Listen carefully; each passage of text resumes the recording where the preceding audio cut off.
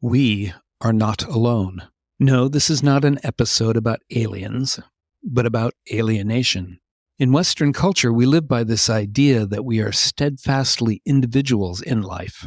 Perhaps you and I identify with a particular tribe, but nonetheless think of ourselves as separate from most of humanity, from other species, and even more so, separate from the rocks and water and air that make up our planet.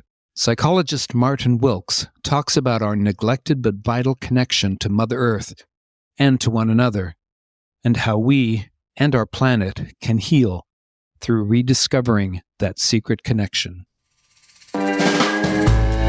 We're all very human and fallible, and yet we live in a society that rewards pretending we're not fallible, or the range of acceptable fallibility is narrow. We are constantly comparing our insides to other people's outsides and feeling inadequate and guilty, even ashamed. Trying to blend in means parts of ourselves must disappear, and we must then live in fear that we will be found out. Here, together, we will create a space where we can laugh, cry, and carry our suffering and hurts lightly. In the service of being deeply human. This is Life's Dirty Little Secrets. So, Martin, tell us a bit about yourself and your background and what it is that brought you to your current interests and thinking. It's often hard to know where to start, isn't it? But I guess from my voice, I come from the UK, and that's where I currently live. I actually came from an engineering background, as far as my way of looking at the world. My first degree was in mechanical engineering, but I jumped out of that after a couple of years and went into psychology, not least because there weren't any female students on the engineering course. And also I probably had more of an interest in how human beings functioned than engines. I didn't go straight into psychology, though. Did quite a lot of traveling and a lot of living a bit of an alternative lifestyle, around which musicking was very much part of it. Wasn't really until midlife that I kind of professionalized myself a little more in terms of doing a master's in counseling psychology and turning towards becoming a counseling psychologist. But by that time, though, I'd been working in the UK prison system, and in particular Brixton prison. I began there as a Buddhist minister. It was something that I'd been quite passionate about since the mid-'80s, and it was an opportunity, after having been a music teacher in the prison, to find my way into the ministry and set up a service that was informed by mindfulness. Around about the same time, really began to run counseling services that necessarily were nothing to do with my kind of Buddhist leanings. They needed to be profoundly secular, but at this time the ideas of John Kabat-Zinn were beginning to filter across the water. So that was an okay thing. I finished there in the 2010 or something like that, having left London a while back and currently living on the Suffolk coast. But my interest in ACT began around that time of the integration of my mindfulness approach with the therapy world. And I should say once again for our listeners that ACT is acceptance and commitment therapy, which we've referred to before on this podcast.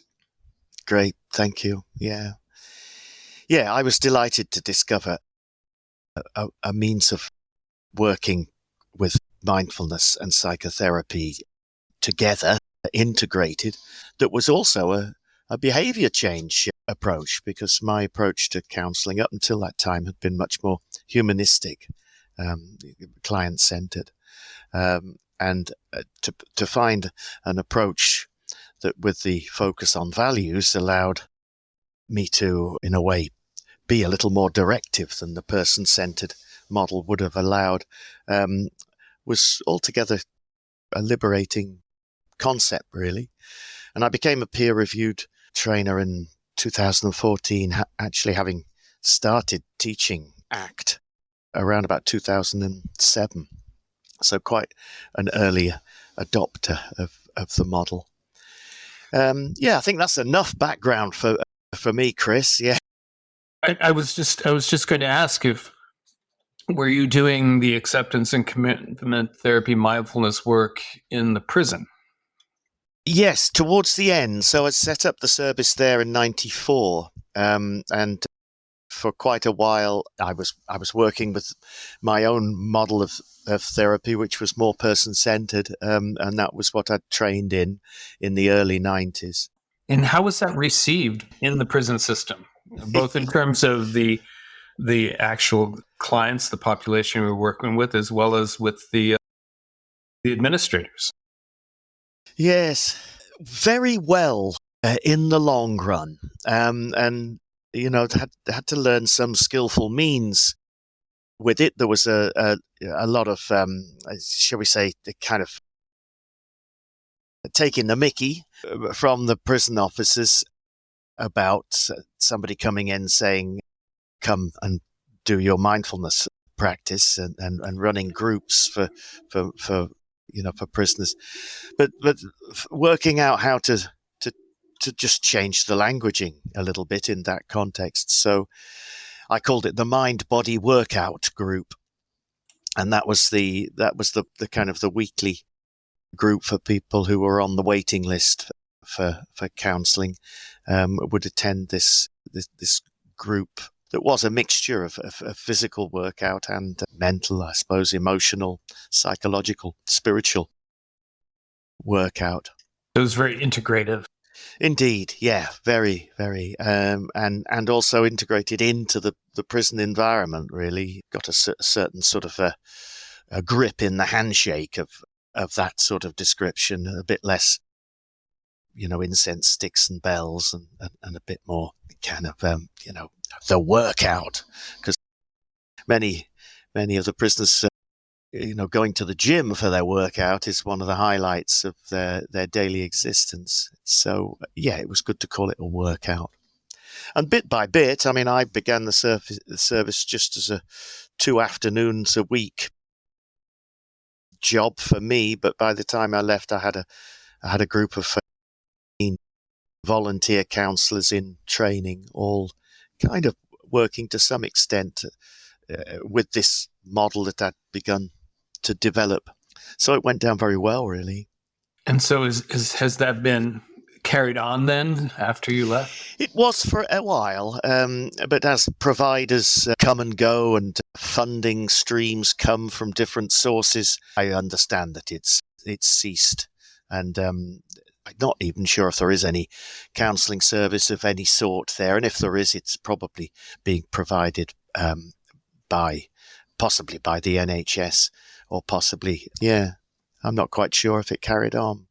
Well, you managed to drop a pebble into that pond and see some ripples go out, and perhaps Definitely. They're even continuing to this day as people contact other individuals in their life, either within the prison system if they're still there, or after they get released. And who knows the effect that you've had on how many people down the line. It's nice you say that, Chris, and that is true.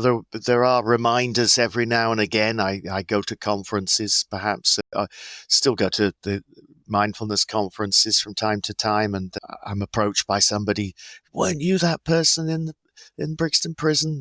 And even, once an ex-prisoner who turned life around and become a mindfulness teacher, and was actually working with mindfulness in his work. So though it did carry on. Yeah. That's very nice. Yeah, that's very nice.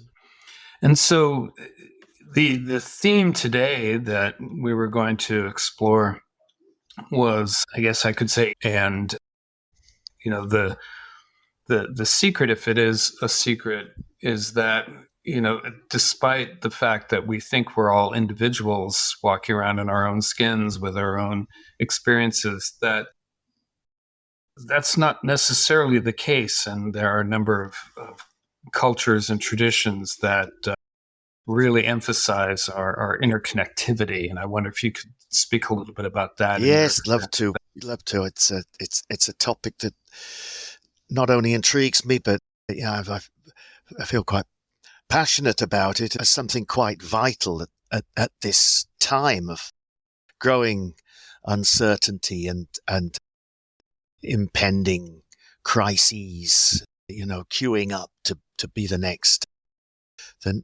problem for the human race, really. And I think that this issue that we're going to talk about lies somewhere near the heart of it all. So a secret it's good to think of it as a secret. I believe it's probably kind of hidden from us since the beginning of the so-called modernistic times, really. The scientific revolution and the growing development of industrial culture.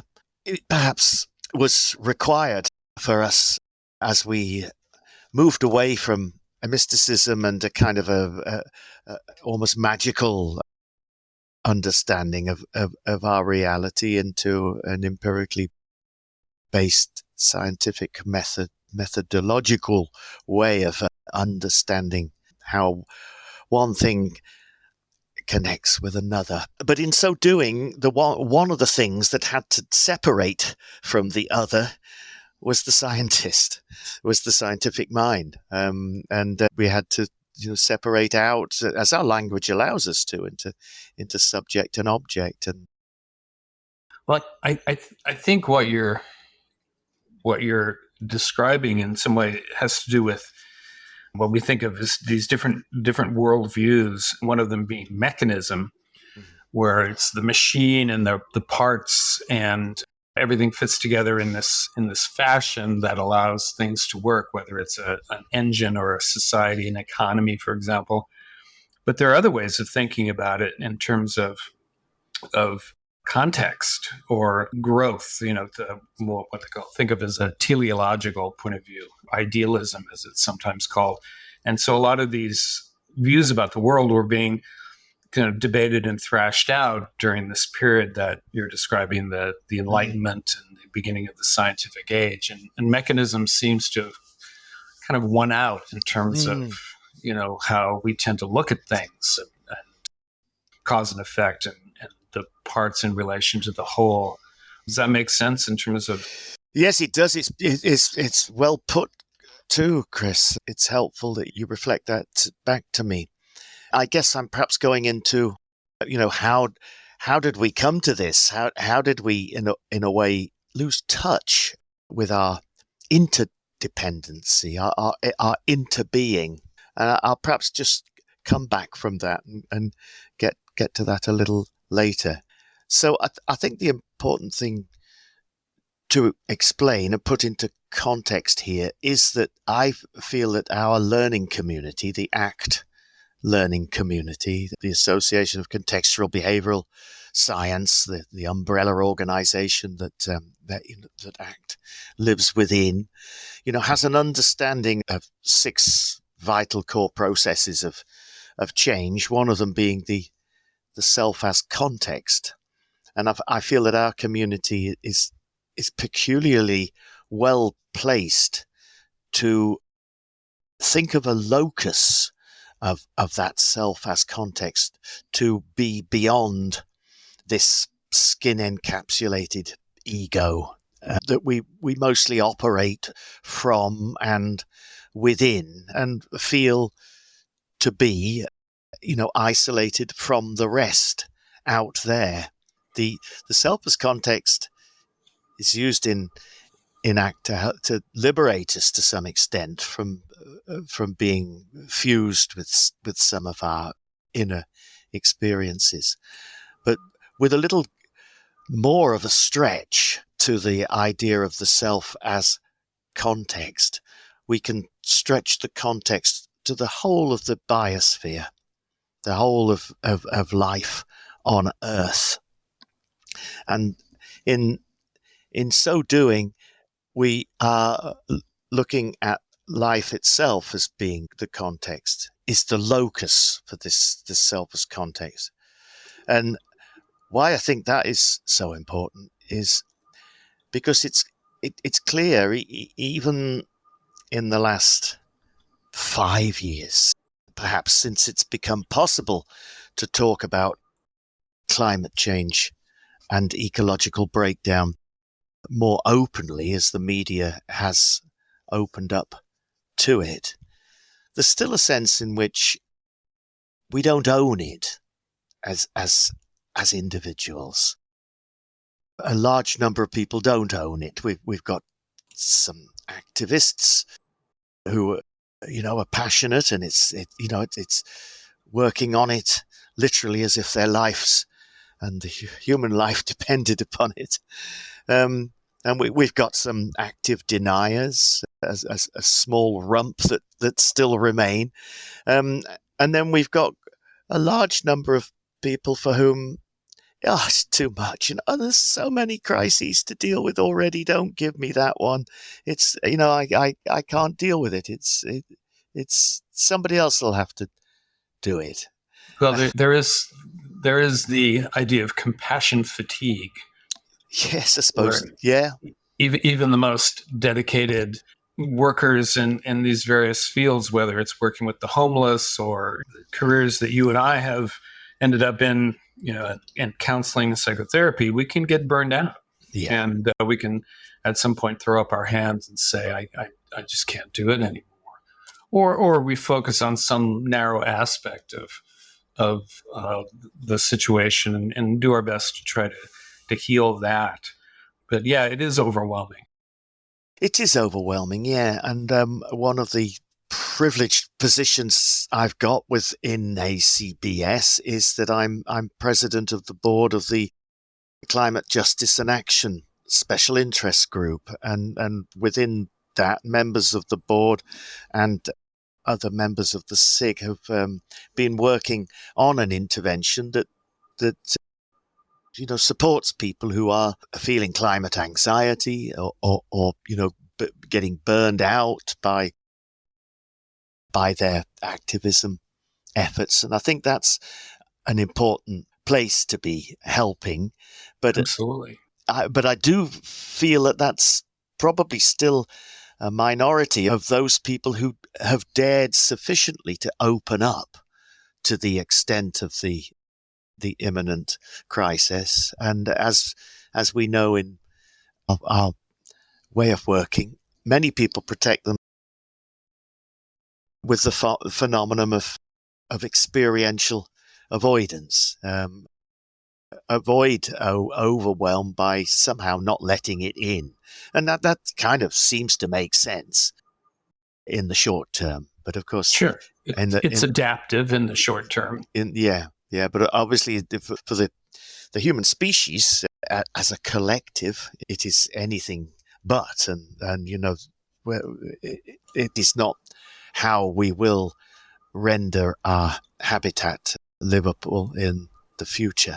Just to finish that point, that's why I feel it is so important, really, that we begin to move towards a sense of interbeing, of intraconnectedness, as Daniel Siegel has called it recently in his most recent publication, intraconnectedness, as opposed to interconnectedness that still kind of suggests two units, you and I. We could be interconnected as we are at the moment through a Zoom virtual connection. And yet we still in a way remain kind of separate things that have a connection. But intraconnectedness is quite a good invented word, as is the word interbeing that Thich Nhat Hanh uses. that sense of interpenetration of self and other. Well, I think language, as you know, matters. Mm. It creates our world. It forms our concepts. In my work over many years with parents and children, rather than talking about parent-child interactions, I would talk about parent-child transactions, which is actually from the work of well-known psychologist, child psychologist Arnold Samaroff, because it's just not an interaction. It's a transaction where, parent does something, the child responds to that, and then the parent responds to the child's response. And I would call it the dance between parent and child. But it's a mutually influential system. And I think, having these words that may seem like semantics or subtle differences really do matter in terms of getting people to think about things differently and in ways that are useful.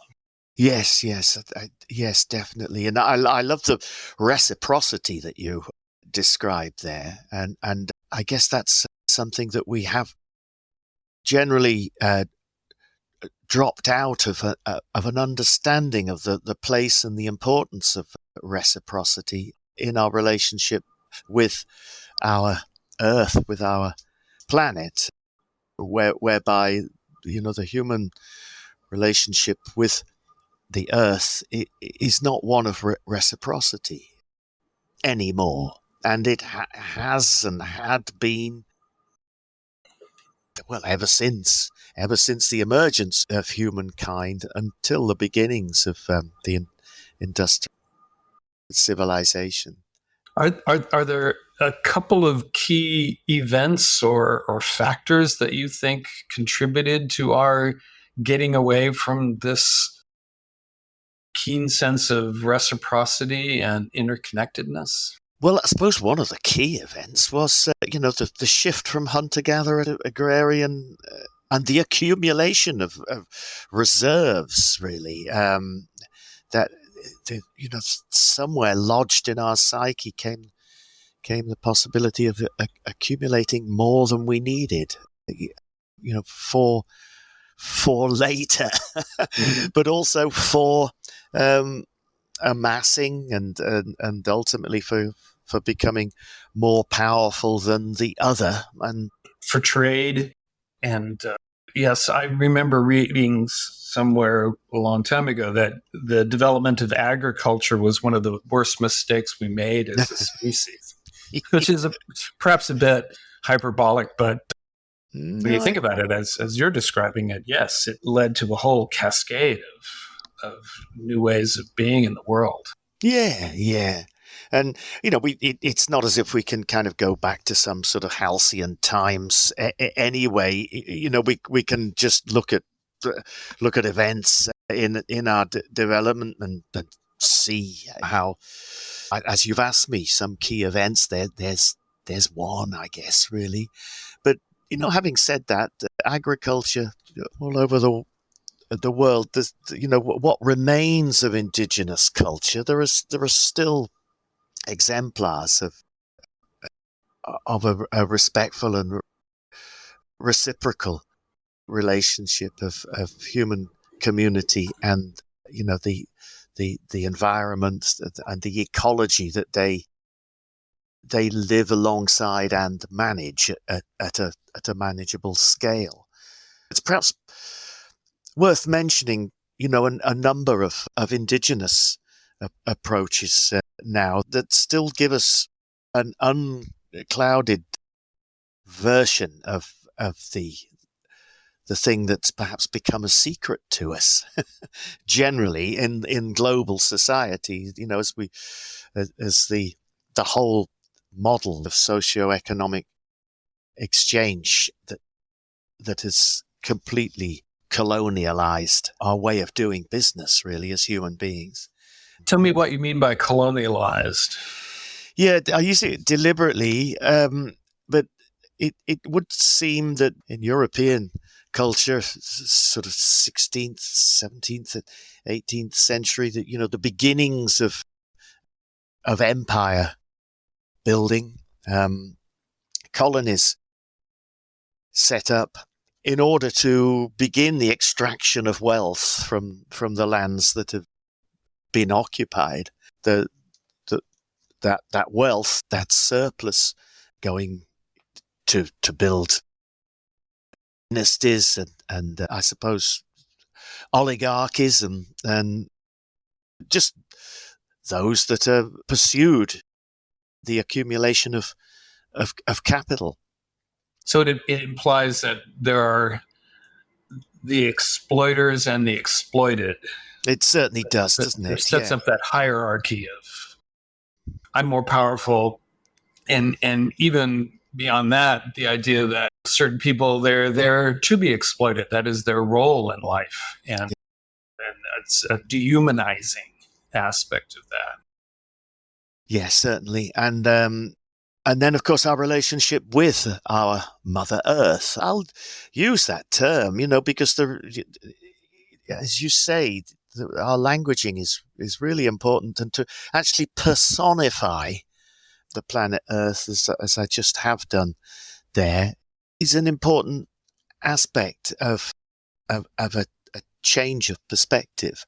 Our Mother Earth, the very Earth that courses through our veins in terms of the nutrients that wander around our body in our bloodstream. The winds that blow through the skies encircling Mother Earth, and in and out of our lungs. Not everybody has had a great relationship with their mother. That's true.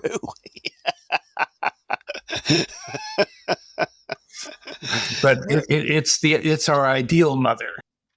Yes, I suppose it is, isn't it? Yeah. And, humankind is not having an ideal relationship with our mother presently. It's true. I mean, whatever means we have to, develop a kind of a systems intelligence, as opposed to a reductionist intelligence at this time, I think is really helpful. So personifying our Mother Earth is a helpful thing. Locally, I'm very involved in local politics here in Suffolk. I'm on the town council, and I'm chair of our climate and ecological emergency committee. And recently, we read the rights of the estuary, that we are at the mouth of the estuary of the river Deben, that empties out into the North Sea about 10 miles east of us. We've done a couple of times now. We've had quite a ceremonial occasion of reading out the rights of the river Deben, and again, giving an ecological area rights, if you like. I mean, even that, that's human arrogance itself, but functionally speaking, I think it serves a really useful function. That our estuary has a right to a certain level of cleanliness, ease of flow, and a right to the ecosystem and the animals and the plants that live around it, and so on and so forth.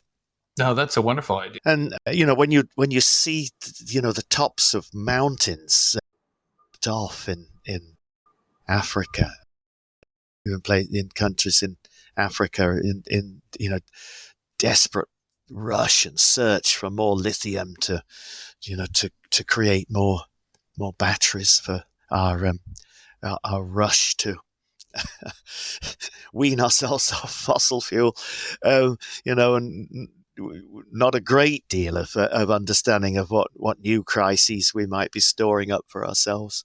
Oh, yeah. We've done so much in the United States with the mining of, everything from coal and the Appalachian country and the eastern part of the country. And you can fly over these parts of the world and just look down and see the devastation and what that's done to, the ecosystem downstream. And it's very short-sighted, or has been for a long time. Yes. Yeah. You mentioned that you were on this committee that's part of the Association for Contextual Behavior Science, which is the mothership for acceptance and commitment therapy and related therapies.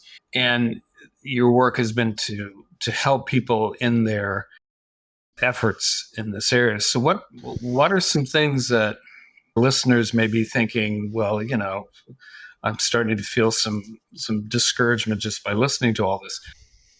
What could we send them off with in terms of things that you and I, or anyone for that matter, can do in our lives that might not make a huge impact, at least not right away, but could at least be a way of feeling that we're contributing to the solution and not so much being a part of the problem? Sure. Yeah. What a good question. Yeah. It's a dilemma in some ways. As individuals, for a long time, the powers that be have perhaps communicated it as, well, okay, you just need to do your recycling better, or perhaps, yes, get an electric car instead of a petrol car. But of course, it's still consumption of resources, and it isn't public bus systems. While we kind of dump it on the individual, we're perhaps losing sight of how institutions need to change, and how our politics needs to change, and how our modus operandi needs to change. And as individuals, we kind of can't make it. It feels that we can't make that happen, and that's, I think, therein lies that sense of powerlessness and despair almost. How can little me do anything about this? So I think that's why it feels so important to me to open up to this possibility of intraconnectedness, of interbeing. And I think one of the most important things we can do is inform ourselves of it, in terms of, I'm really enjoying listening to books at the moment on Audible, just listening to them as stories written by people from, having a living connection with indigenous culture, and just hearing how they speak about their relationship with the earth. That is a great source of understanding for me. But I think informing ourselves, for example, of the Gaia theory, the Gaia hypothesis of James Lovelock and Lynn Margulis in the early 70s, it's still a force to be reckoned with, this particular theory. The goddess Gaia, from the Greek mythology, a name given to it, and that probably may well have upset the apple cart here and there a little bit, in terms of hard science, and yet a well-researched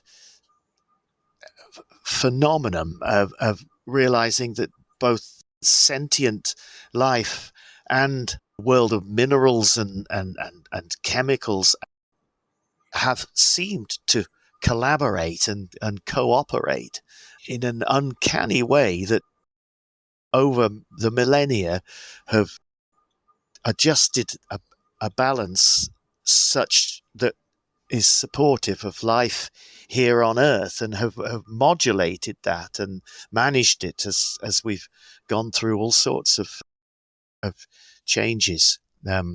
Or has contributed to the inability to sustain life.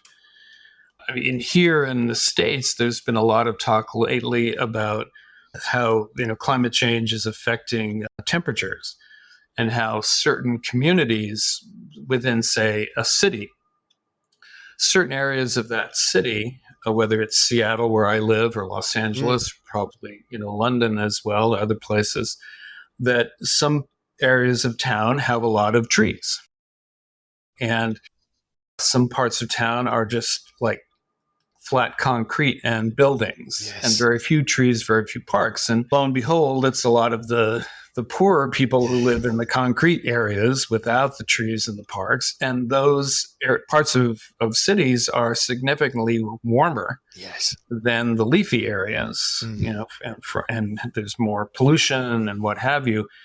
And so we're degrading the earth in ways that are affecting the climate as well as, the humans that live there. So there is that reciprocity there that's quite evident. We have the data. Yes, that is evident, and it brings another kind of quite sensitive issue to the fore, that we call our special interest group the Climate Justice and Action Group. And over the last few years, that phenomenon of injustice has become so apparent to me that can't, in a way, address climate change and ecological breakdown without addressing the various injustices that are kind of embedded within this so-called wicked problem, the multifaceted, multi-caused, multi-solutions. Well, I would suggest that was even the place to start. Yeah. Is if we started addressing some of these inequities, the injustices, and there are movements to do that, to plant more trees in parts of town that have been denied them because of the building codes or the ways that we've allowed development to occur, putting massive highways through the poor sections of town when they were built. Yes. They don't put the highway through the nice parts of town. No. And that is a way that, the system as it is at the moment is self-propagating and in a way self-regulating.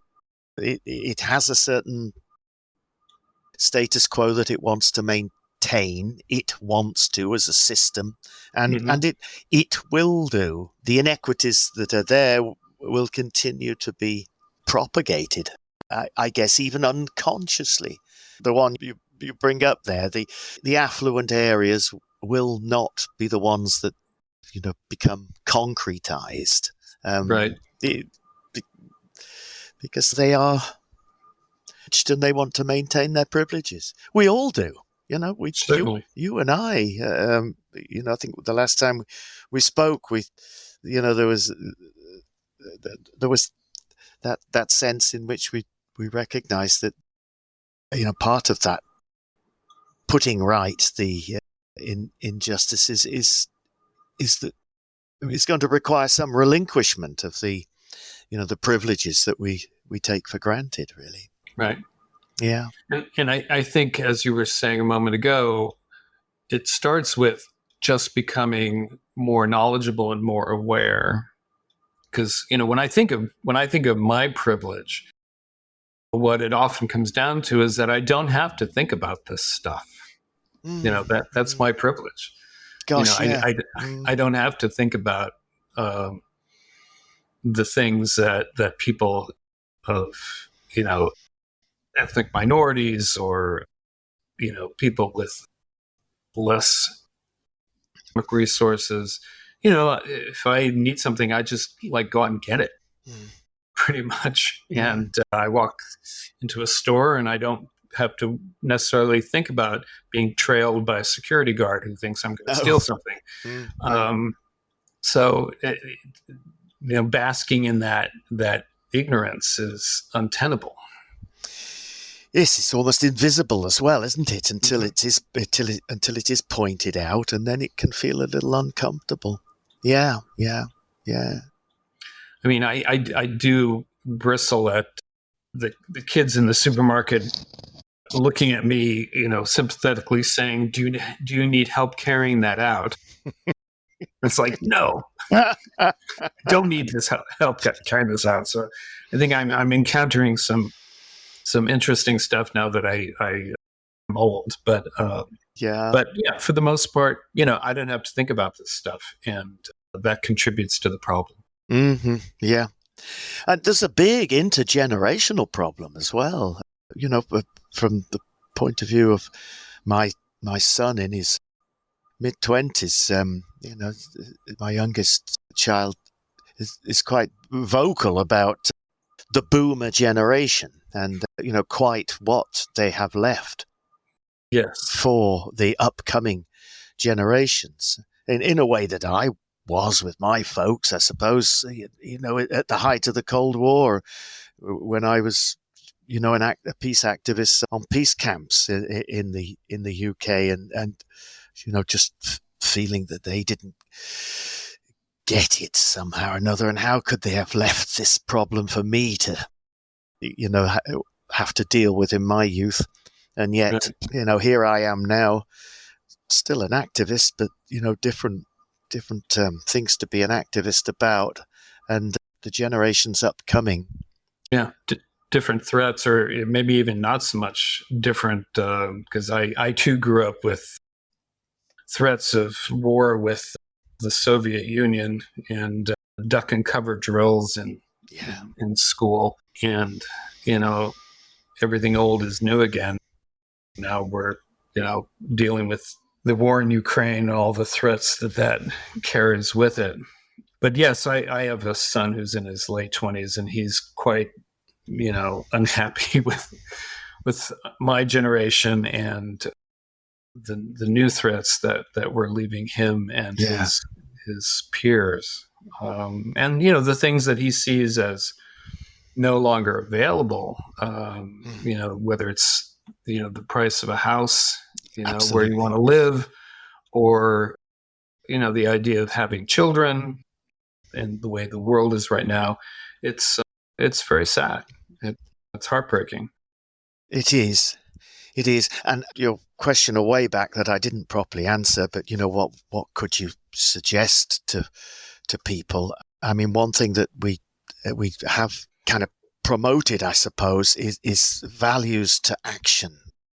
Feeling the anxiety of climate and ecological breakdown, and being brave enough to touch into the despair of it in a facilitated and supported way, and being heard as we speak from our heart and soul of our despair, can give us access to our values, what absolutely matters to us in terms of what kind of world do we want to leave behind for these upcoming generations, and what is our individual contribution to that, and then becoming engaged in reaching for whatever we can reach in whatever place we are in life, and the low-hanging fruit to begin with, whatever that may be, and beginning to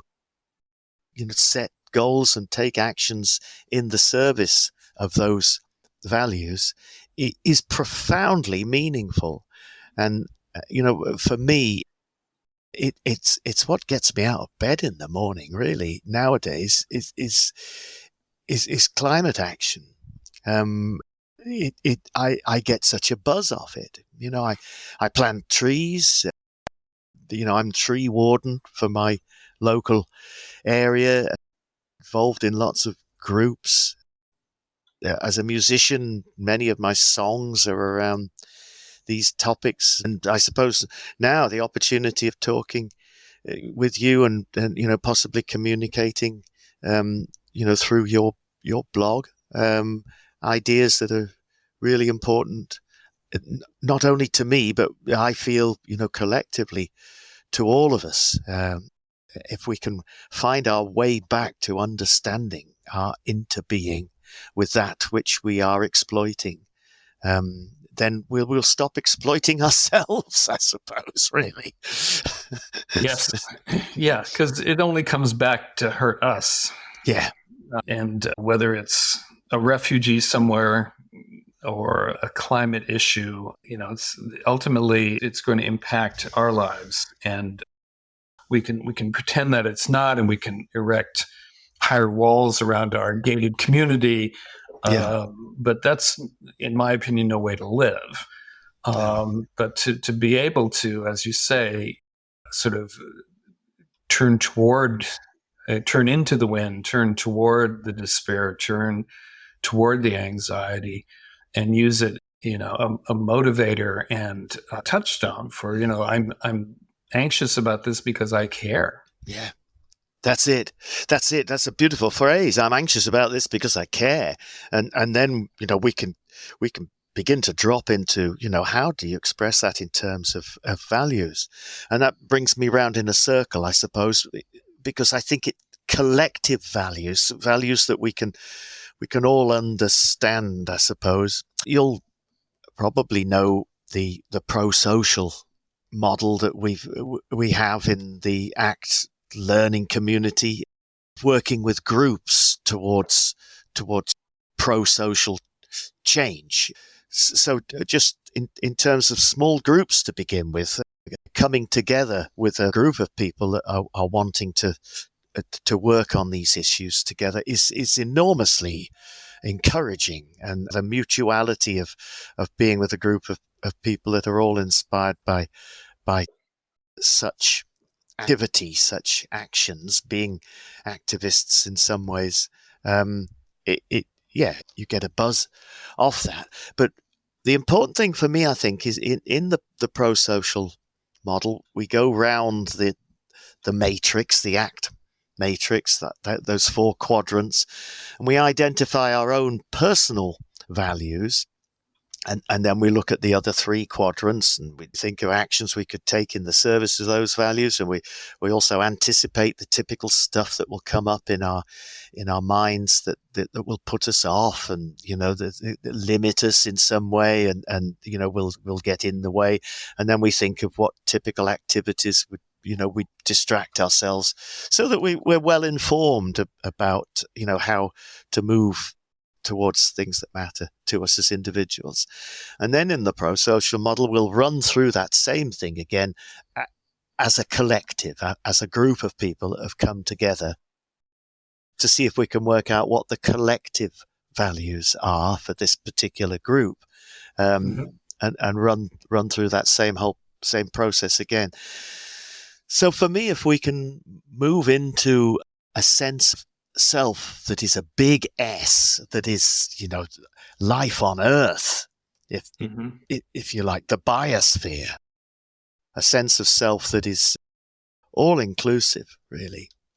That is about, checking in on, what might not only, this human and that human, but this particular slime mold, for example. What basic core values, do we have in terms of working towards? And I think values that come from that place are embodied ecological values. And I suspect that values that come from an individual place are kind of a bit akin to the values we might associate with being a good citizen, good citizenship, by picking up the litter off the street, and because it's kind of messy. And that I think that's possibly where, as individuals, we can find ourselves looking for inspiration there, but that bigger collective is a much more inspiring place to touch into ecological valuing. Right. And we get to choose what we're going to matter about. Not everybody has to matter about the slime mold. Hopefully, fortunately, some people are, and that's their thing. And but if I feel like I have to worry about the slime mold plus migrants plus climate change plus on and on and on, I'm just going to hide out. So we don't have to matter about everything, but if we can find something that does speak to us, that does give us a buzz, that does resonate, and move toward that, and if we all did that, then somebody out there would care about the slime mold, and God bless them. Well, the slime mold would care about the slime mold, and it does. Yeah, if we allowed it to. They are a fascinating life form. the slime mold. Yeah. Perhaps that's a topic for another podcast. Yes, perhaps it is. But yes, it's kind of super intelligence without a brain. It's fantastic. But yeah, I get what you're saying. But I guess I'm talking about a perspective to occupy, but not a vast congregation of people to worry about, but just a sense of identity that is so inclusive that it will be the slime mold and the 21st century human beings that we are will be not worrying, but valuing the same Right. the same kind of continuity and the same aspects of continuity, life and the propagation of the species. Right. And as you pointed out, it includes the inorganic world as well. Yeah.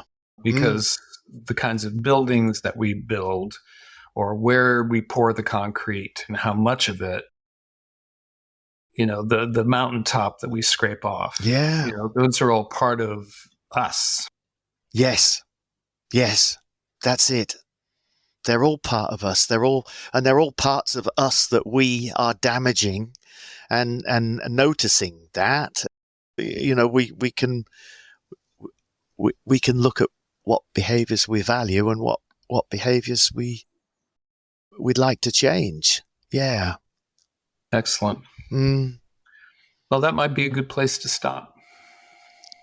Great stuff, Chris. Thank you for the opportunity.